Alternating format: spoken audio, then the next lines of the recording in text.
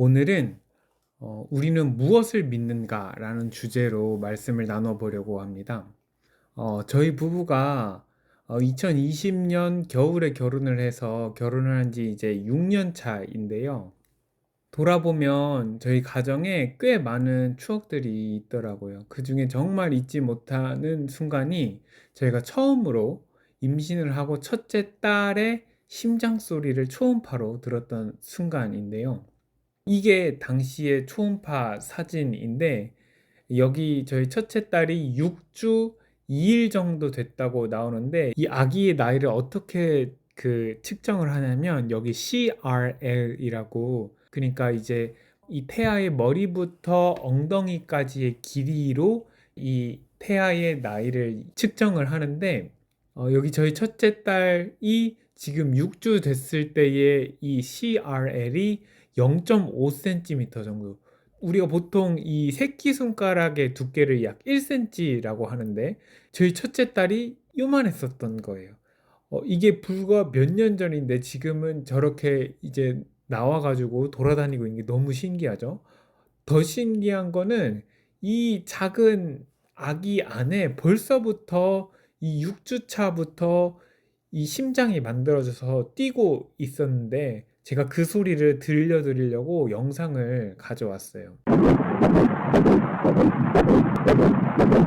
너무 신기하죠? 이 1cm도 안 되는 몸 안에 6주 차부터 이렇게 심장이 만들어져서 뛰고 있는 거예요. 성경에서는 이를 이렇게 표현하고 있는데 시편 139편입니다. 주님께서 내 장기를 창조하시고 내 모태에서 나를 짜 맞추셨습니다. 내가 이렇게 빚어진 것이 오묘하고 주님께서 하신 일이 놀라워 이 모든 일로 내가 주님께 감사를 드립니다. 내 영혼은 이 사실을 너무도 잘 압니다.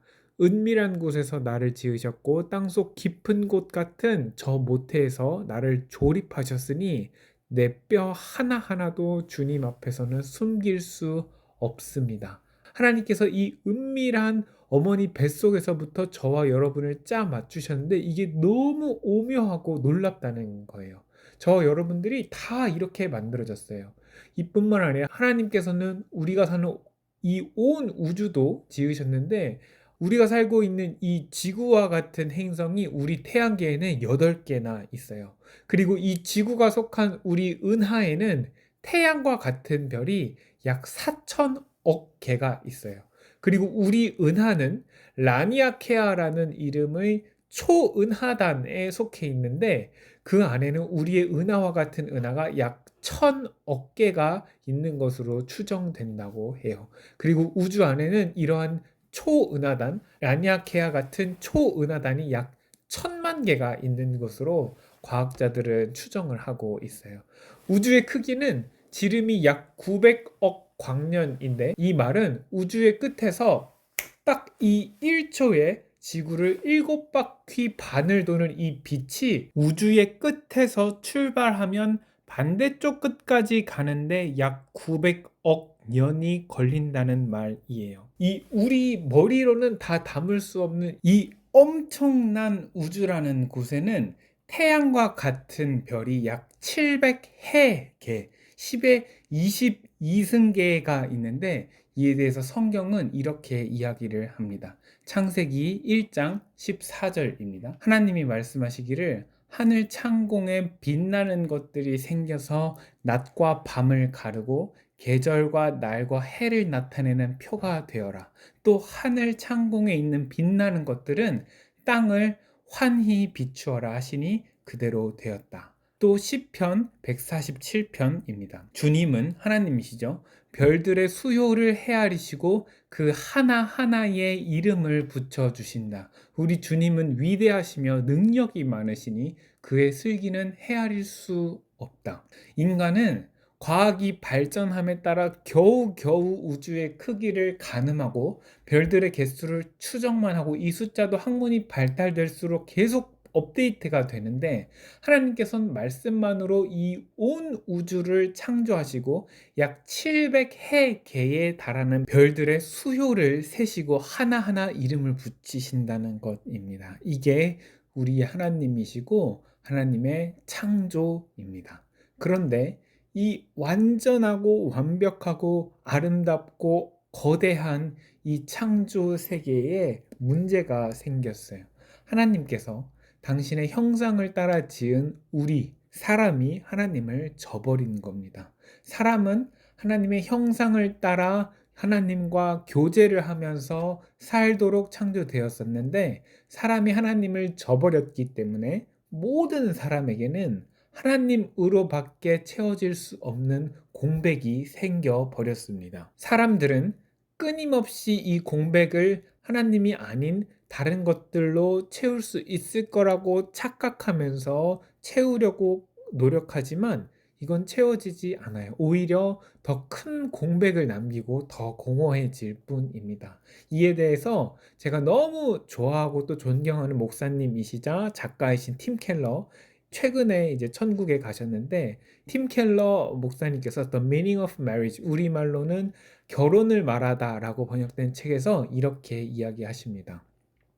하나님만큼 큰 영적인 공백은 오로지 하나님만으로만 메울 수 있다. 기가 막히죠. 오늘 말씀 이걸로 끝이야. 여러분 오늘 설교 다 까먹어도 되는데 이것만 여러분 평생 기억하시면 됩니다. 하나님만큼 큰 영적인 공백은 오로지 하나님만으로만 메울 수 있어요. 사람들은 이 공백을 하나님의 부재로 인해 생긴 이 공백을 다른 많은 것들로 채우려고 하지만 그건 절대로 채워지지 않아요. 왜냐하면 이 자리는 하나님이 원래 계셨던 공간이기 때문에. 저도 이 하나님으로밖에 채울 수 없는 이 공간을 사람으로 채운 적이 있었습니다. 하나님께서 나를 어떻게 보시는지보다 사람들이 나를 어떻게 보는지가 더 중요해서 머리도 요란하게 해보고 옷도 특이하고 비싼 옷들 입어보고 사람들의 눈에 뜨이고 주목받고 싶은 마음이 저의 인생을 움직였어요.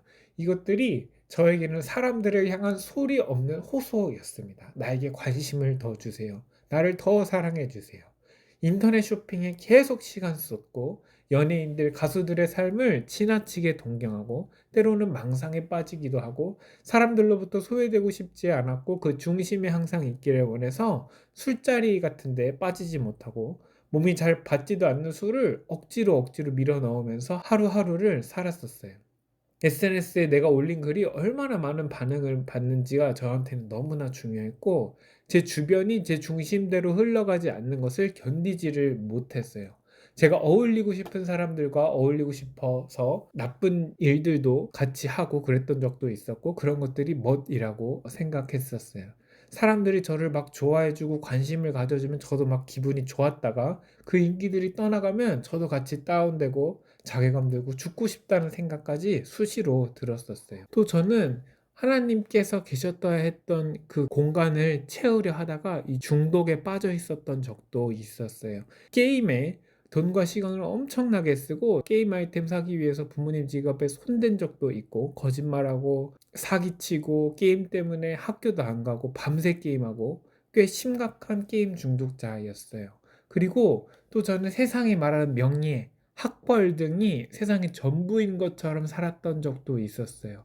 제가 고3 때 하나님께 이렇게 기도했었어요. 하나님, 저 대학만 가게 해주시면 가서 하나님께서 원하시는 삶을 살게요. 지금은 그렇게 살지 못하더라도 내가 원하는 학교만 가면 모든 문제가 해결될 것이라 생각하면서 내가 희생할 수 있는 모든 걸 희생시키고 정당하지 못한 방법까지 쓰고 주변 사람들까지도 철저하게 독하게 이용해 가면서 그것을 이루려고 난리를 쳤어요. 하지만 그것을 그렇게 얻은 후에 되돌아보니 저는 너무 많은 것들과 많은 사람들을 잃었었고 세상에 말하는 그 좋은 학교, 명예라는 것은 제 안에 이 하나님으로밖에 채울 수 없는 이 공백을 채워주지 못했어요. 이 모든 것들, 제가 하나님을 대신해서 제 영혼을 채우려 했던 그 모든 것들은 그 순간에는 쾌락을 주고 이 공백을 채워주는 듯 싶었지만 결국에는 더 큰 상처와 공허함을 남기고 저를 떠났어요. 그런데 제가 그 공백을 채워주고 또 채워줄 뿐만 아니라 넘치게 채워져서 다른 사람들에게까지 흘려보낼 수 있는 것을 찾았는데 그게 바로 하나님인 거예요. 성경에서는 그 하나님의 사랑에 대해서 이렇게 이야기합니다. 사랑 안에 두려움이 없고 온전한 사랑이 두려움을 내쫓나니 두려움에는 형벌이 있음이라. 두려워하는 자는 사랑 안에서 온전히 이루지 못하였느니라. 우리가 사랑함은 그가 먼저 우리를 사랑하셨음이라. 나는 하나님을 사랑하지도 않았고 하나님을 알지도 못했는데 하나님이 먼저 나를 그리고 여러분들을 사랑하신다는 거예요. 그런데 문제는 이것만으로는 죄에 빠져 있는 우리를 구할 수가 없어요. 여러분, 이 세상에 있는 재판관들이 이 세상에서 일어나는 모든 죄들에 대해서 벌을 내리지 않는다면 이 세상이 어떻게 될까요? 지금 네팔이 아주 난리가 났는데요. 네팔은 인도 위에 있는 작은 나라예요. 세계에서 가장 높은 에베레스트 산 쪽에 있는. 지금 여기서 불타고 있는 건 네팔의 국회의사당입니다. 우리나라로 따지면 여의도에 있는 그 국회의사당이 불타고 있는 거죠. 위정자들의 부패에 분노한 시위대가 국회의사당에 불을 지르고 교도소와 법원을 습격해서 1만 명이 넘는 수감자들이 탈옥하고 네팔의 기독교인들과 많은 선교사님들이 핍박을 받고 있습니다. 통치자들이 부패하면 나라가 이렇게 되는 거죠. 그런데 온 우주의 통치자이신 하나님은 죄를 조금도 용납하지 않는 분이세요. 하나님은 세상을 사랑하시지만 동시에 죄에 대해서는 조금도 타협하지 않는 분이세요. 여러분, 이 텐션이 여러분들 느껴지셔야 됩니다. 하나님은 저와 여러분을 너무나도 사랑하시지만 동시에 저와 여러분이 지은 죄에 대해서는 절대로 용납하실 수 없는 거룩하고 공의로운 하나님이세요. 그렇기 때문에 하나님이 택하신 방법이 바로 예수 그리스도이신 거예요. 사랑의 하나님, 동시에 거룩하고 공의로우신 하나님께서 세상의 죄를 해결하시기 위해서 택하신 방법은 바로 자신의 아들, 동일하게 하나님이시면서 죄는 없으신 그 하나님의 아들을 이 땅에 인간으로 보내셔서 세상의 모든 죄를 지고 죽으시게 하신 것이었어요. 성경은 이에 대해서 이렇게 이야기합니다. 하나님이 죄를 알지도 못하신 이를 우리를 대신하여 죄로 삼으신 것은 우리로 하여금 그 안에서 하나님의 의가 되게 하려 하심이라. 그리고 오늘 본문 로마서 5장 8절, 우리가 아직 죄인 되었을 때에 그리스도께서 우리를 위하여 죽으심으로 하나님께서 우리에 대한 자기의 사랑을 확증하셨느니라. 아버지로서 내가 아무리 사랑하는 사람이 있다 하더라도 그 사람을 구하기 위해서 나의 딸을, 나의 자식을 희생하지는 않습니다. 하지만 하나님께서는 저와 여러분을 위해서 그렇게 하셨어요. 저는 어렸을 때 교회 부흥회에서 설교하시는 분들이 예수님이 십자가에 달리셨을 때 바로 너를 생각하셨어 라고 이야기하면은 저건 좀 오바 아닌가? 라고 생각했었어요. 왜냐면 우리가 아까 보았듯이 세상은 넓고 사람들은 많고 하나님이 나를 그만큼이나 사랑하실까? 라는 생각이 들었어요. 왜냐면 하나님의 사랑이 아무리 크다 하더라도 이 세상에 사람들이 너무 많으니까 그 사랑이 나눠질 거라고 생각을 했어요. 그런데 그건 하나님의 사랑을 인간의 사랑으로 잘못 이해한 거예요. 저는 인간이기 때문에 제가 첫째 딸에게 집중하고 있을 때는 둘째 딸을 향한 관심을 놓칠 수 있어요. 하지만 하나님은 하나님이시기 때문에 하나님의 사랑은 그렇지 않아요. 고린도전서 8장에 보면은 우상에게 바쳐졌었던 음식을 먹는 것이 기독교인으로서 아무것도 아니지만 다른 그리스도인들이 그 음식을 먹는 것을 보는 것으로 이 양심이 상하는 믿음이 연약한 그 형제 한 사람을 위해서 그리스도 예수께서 죽으셨다라고 이야기하고 있어요. 하나님은 이 세상에 마치 나 한 사람밖에 없는 것처럼 나를 그리고 여러분 각각 한 사람을 사랑하세요. 만약 이 세상에 여러분 딱 한 사람만 있었다 해도 예수님께서는 여러분을 구하기 위해 목숨을 버리셨을 거예요. 그게 하나님의 사랑이에요. 이렇게 오늘 설교를 통해서 기독교 세계관이라고도 하는 하나님의 창조, 인간의 타락, 그리고 타락한 인간과 세상을 구하시는 하나님의 구속에 대해서 알아봤는데요. 이 기독교 세계관을 정말 잘 표현하는 영상이 하나 있는데 대학생 선교단체 중에 하나인 크루 국제 CCC에서 만든 영상인데 제목은 Falling Plate, 떨어지는 접시입니다. 이 영상 함께 보고 찬양하고 마치겠습니다.